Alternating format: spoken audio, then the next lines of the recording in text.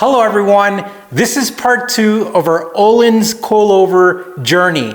In part 1, we introduced the brand, we also unboxed and show you how everything was packaged, and we looked over the parts. And in this video, we're gonna get our hands dirty because we're gonna assemble the coilovers. We're gonna do one front and one rear. So let's go ahead and get started. So I already did a front coilover and we're gonna start on another one on the other side. And I just wanted to show you the complete product over here. It's not that hard, but there's a couple of things you need to pay attention. So let's go ahead and get started. All right, we have a set of instructions and they're actually really good. So we're gonna start off by looking at the assembly on the instructions, and we're gonna skip the process where they're telling us that we have to take off our old suspension and lift up the car. And we're gonna start off at step 4. And step 4 is a little funky because we're gonna be cutting the dust boot.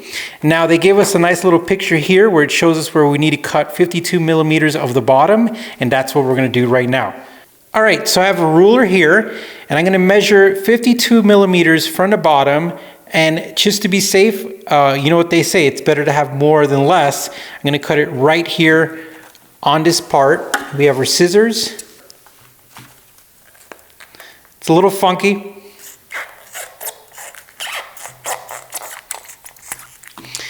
And there you go. So it kind of looks the same when you look at the instructions. We pretty much have 3 little puffs here, and we took that off, and now we're going to go ahead and slide this part on the actual coilover. All right, now we followed the instructions, and as you could tell, it doesn't cover the bottom, but I'm assuming that whenever everything gets compressed that this will go all the way to the bottom, but I did notice that when I cut that the first time. Now using a 14 millimeter wrench here, what I'm going to do is I'm going to loosen up the adjuster.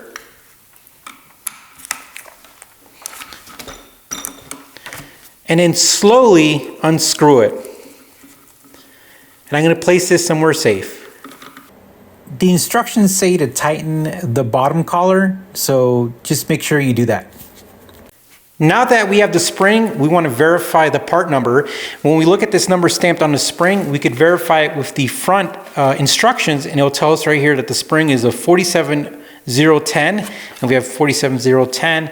And the rest of the numbers are appropriate. So now what we're gonna do is we're gonna gently slide this over the shock.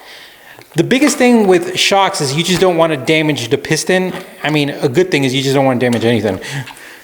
So the next thing on the steps, it talks about 5, this kind of little washer with the flare in the bottom. And the way that you verify is that you look at the 5 and you go to the front of the instructions, and it has a table here, and you can look here, it says bearing spacer 2 with flange. And that looks like a bearing flange thingy. And then you could verify it. It shows the picture here, and that's what's going to go next. So we're just going to go ahead and put this on there. And then the next thing is we actually have the top hat. And a thing I didn't know is that Ohlins offers a top hat with a spherical bearing or a rubber one. And of course, everybody wants to go with the rubber one for comfort, but a lot of people say that the one with the spherical bearing and everything actually is a nice one. So I will be able to tell you once I drive it. So now we're gonna go ahead and slide everything over here, and we're gonna get ready for our next part. So in our instructions, we show here number 4. And if we go to the front, number 4 is going to be the bearing spacer 1, and it's going to say 20 millimeters. And I actually went around and measured everything, and it's really good to make sure you have the correct ones, because when I measure this, it is 20 millimeters. So I verified that this is the right part, and now we're going to go ahead and we're going to put it on our coilover at this part right here. All right, the next step is we have this black self-locking nylon nut. And what we're going to do is we're going to go ahead and put that on. And in order for this to get this all the way back, we're actually going to have to use a ratchet wrench to make things easier. And now I'm going to hold this like this.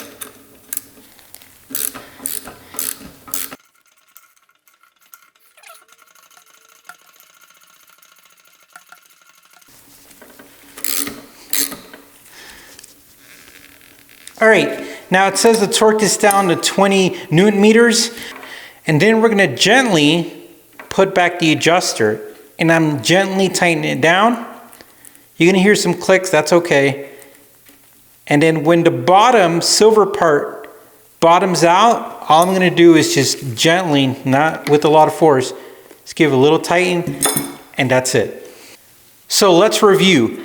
We cut the dust boot, and then we put the dust boot on, and then we put the spring on. We made sure we verified the spring, and then we put the flared bearing in there. Then we put the top hat, then we put the 20 millimeter spacer washer thing, and then we put the black lock nut, and then we went ahead and tightened it down, and then we put the adjuster.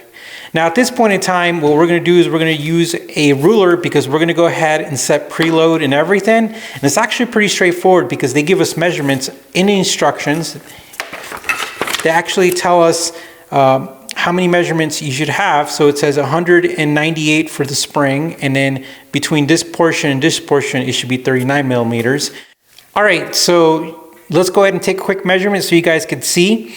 So right now we are definitely, it looks like we're around 197 and we need to be at 198. So what we're gonna do is we're gonna have to back out and get a little bit more. So what we're gonna do is we're gonna go ahead and turn this about halfway. If I'm correct, a full turn is 2 millimeters, but we're gonna turn it halfway.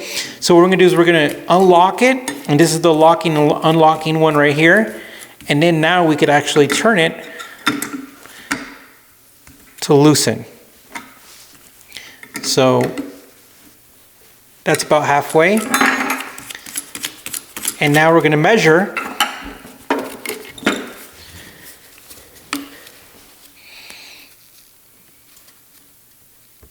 So we have both coilovers complete. We're at 198.38 and we're at 197.38. You know, within that 1 millimeter, there's just something funky here that I'm not getting it, but it's within the spec. So the front are done. We're gonna move on to the back and go from there. So the rear is kind of the same, but a little bit more complicated because we just got a few more parts. But let's get started. We're gonna go ahead and remove this strap here. It's on there pretty good. Let's see.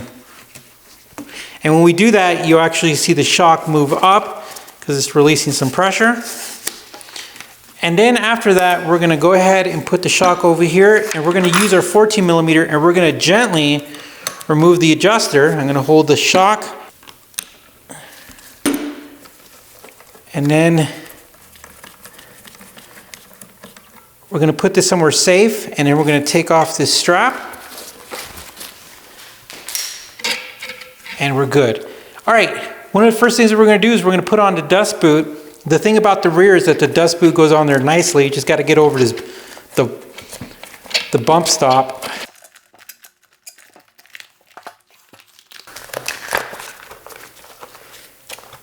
Okay, yeah, the back one's just, with the dust boot, is just beautiful. It just goes on there nicely. I would just say feedback for the company for the front is I would make a specific boot for the front. I know they're trying to save money, but it would be nice. All right, so now we're gonna open up our instructions because we got a few things here. All right, so we're making sure we got the rear. And so we put the dust boot on, we have the spring, and then this is the first part you guys have to see. We actually have a washer or a bushing thing that we have to put in. It says number 4, so we're gonna go to the front. And number 4 says bearing spacer 16 millimeter. And we wanna make sure that we get the right one. So let's go ahead and measure this one. And this one is not the right one, this one's 10 millimeter. And then this one is 16 millimeter. So we've got the right one. So what we're gonna do is we're gonna go ahead and place it on the top, just like that. But we need to put on the spring. Look at that, guys. We're working together here. All right, the spring is gonna come on. Being careful and gentle. And I don't know if this is right or wrong, but I've got the numbers facing up. I mean, it just makes sense. And then we're gonna put this on here. All right, everything's fitting there nicely. And now it's gonna ask us to put number 5. Number 5 right here says it's a bearing spacer with a flange, and we have one right here, but this one's actually gonna go inverted compared to the front one. It's gonna go in there like that, and then just gonna try to make all that work nicely. It looks like we have another bushing, number 6, and number 6 is the 10mm one, which we measured earlier, and it's gonna go right here. And then we have our nylon nut, but in order for us to actually tighten this down, we're gonna have to hold it down with the Allen key. So let's go ahead and set this down on our work table. All right, we got our Allen key. And let's see if I could hold everything down without it moving. And we're just gonna start tightening everything down.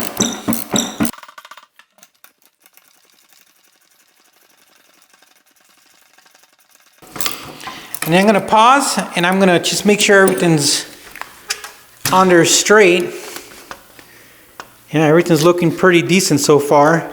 All right, let's go ahead and get back to the tightening. As you can see, we still got some gap there.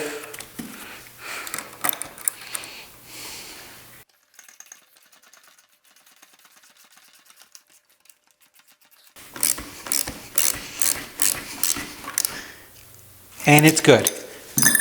And we're now gonna go ahead and add our adjuster, and we just wanna gently put it on there, finger tight until we make contact with the bottom.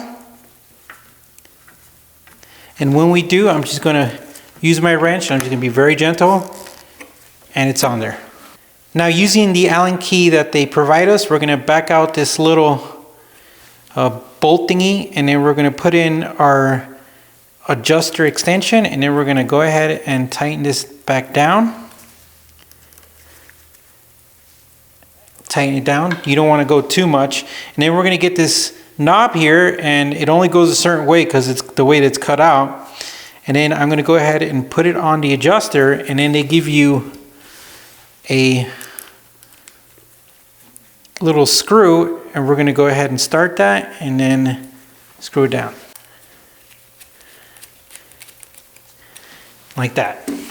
So we still have some more steps for the installation as far as the coilovers goes, and it has to do with the extension. Apparently we're gonna have to make a little hole or something like that in the speaker cardboard or grill to make sure that we could put this adjuster so it's sticking out correctly. But the instructions talk about that, and we'll do that when we're actually installing it.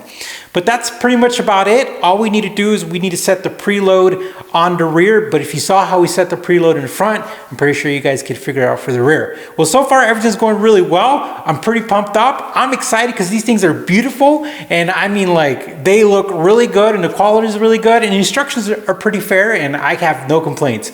All right, guys, thank you for watching. You take care, and make sure you stay tuned for the next part because that's when we're gonna be literally installing it.